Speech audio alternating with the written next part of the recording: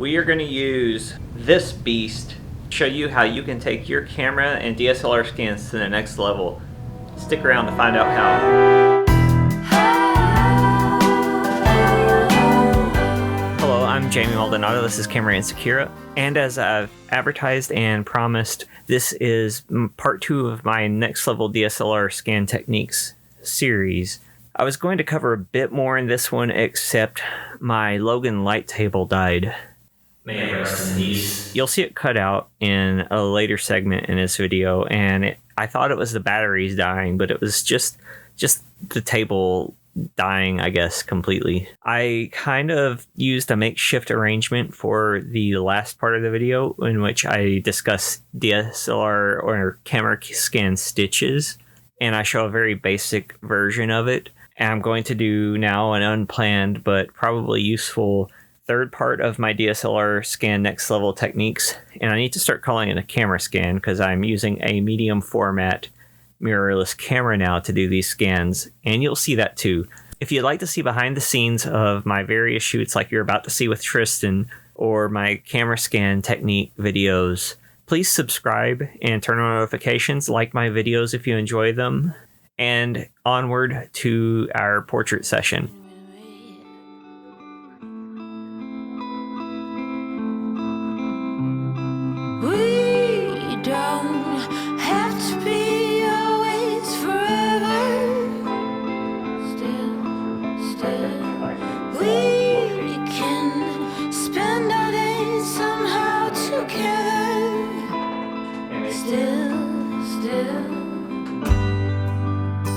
Both think alike, yet we seem to bite. Oh, parting is difficult, greeting is just a charm. Oh, however it goes, trust in me and know that you are worth every tear.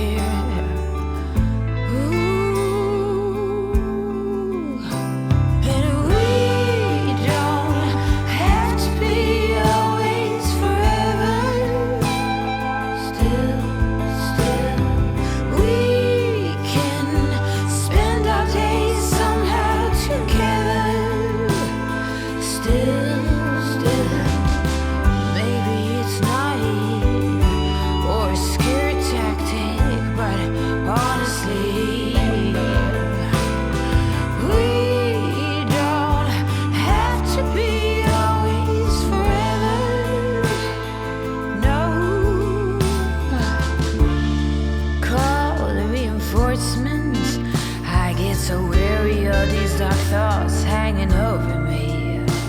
Oh, caught out this predicament, I can't get my head straight.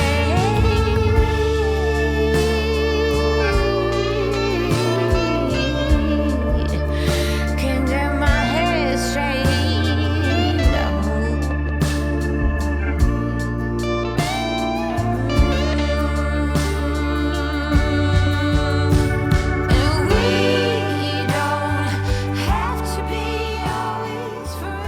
So, as I said, this segment is somewhat truncated or changed, but I feel like there's going to be some good information, so we'll check it out now, and I will join in a little bit through this segment. So what I have here is a Hasselblad 80mm CF lens on 2 macro extension tubes on a photodiox tilt shift adapter, which is also an adapter to fit it to a Fujifilm GFX 50S. And you heard that right, I'm going to be doing a medium format camera scan, a 35mm film and a 120 film. You don't have to use a tilt shift adapter to do this, but it's what I had on me, and it presents something interesting that we'll look at in just a second. So let's check it out. Break my heart.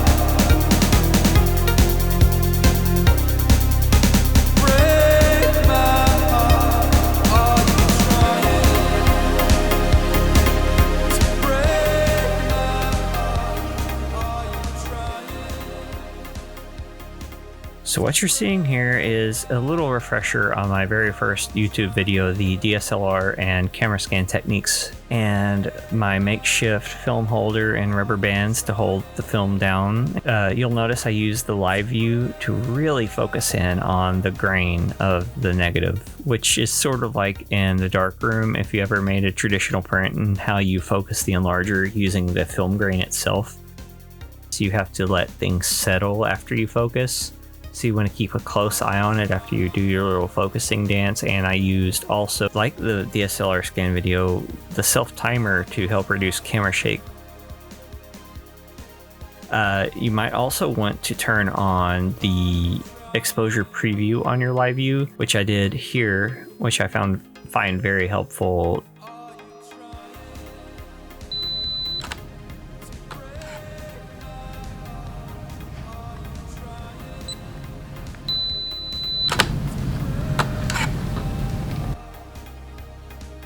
And here you have it, a final result of a Canon A2 scan with the Fuji GFX 50S 50 megapixel medium format camera. And I honestly think this thing really blows me away. I can't wait to do more. I'd like to thank my patrons listed here, and also because of the unusualness of this episode, I want to apologize to Hugo Hernandez, who sent me 2 really awesome zines that we will look at next week instead. And they're really cool. I'm gonna have my first viewer mail section. If you would like to send me viewer mail, please send me a message and we will work it out. So what you're seeing is me hurriedly making this example after my Logan light table quit. I'll go over this soon. It's just a very makeshift arrangement, and let's just say I miss my camera stand. And here's the photograph in Adobe Lightroom, actually, which I actually kind of prefer, definitely prefer for this reason, is that it's got this built-in panoramic stitch mode. And you'll notice that the boundary warp can be very useful in correcting stitched negatives. And while we're at it, I'm going to also mention how you make the stitch negative by just sectioning the photo and photographing it. And since this is a medium format camera, I only did 2 shots for my panoramic picture.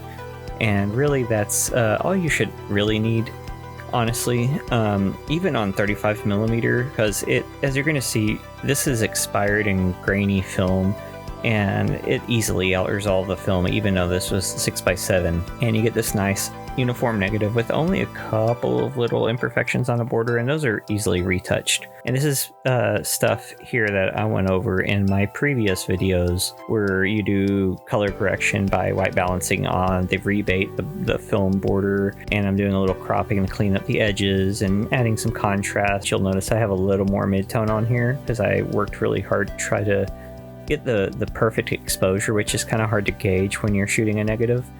And this photograph is severely warped, as you can see, from expired film and odd light. So that's one of the reasons why it's so green and the tint is so weird. It's expired, and I developed it in expired chemicals. So you'll see some simple corrections, and like I said, you can watch the video in the little card at the top, and will be linked at the end in a playlist, and that will go over a lot of what I'm doing in these edits. But I just wanted to share with you a quick overview of how to do a stitch method scan, which is very similar to a normal scan, except for you take multiple pictures, but you have to be mindful of empty areas. And that's one of the reasons I didn't do as many pictures of this particular thing. Even if I was shooting a 35mm, I might just do 2 shots and combine them, because I've done 4 shots with a D800 of a 6x7 negative, and some of them turn out really well and others don't. But at some point you're out resolving the film badly, so 2 shots should do. It does make a marked improvement though over a single shot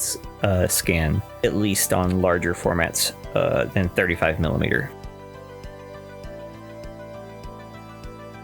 The next part of my camera scan techniques video series, we will go more into depth on what I do with the medium format camera for scanning, how I set up my makeshift macro thing, maybe a little bit of the history of how I did it, the issues you face that we highlighted briefly in here, and how we could possibly overcome it, and other things like comparing it to other types of scans, and why I think this is the best of available scanning techniques, at least if you factor in convenience and money and availability. So I will see you next week with more stuff, including my zine review and viewer mail segment. And I've got plenty of fun stuff for you to see. Thanks for checking out, and I will see you later.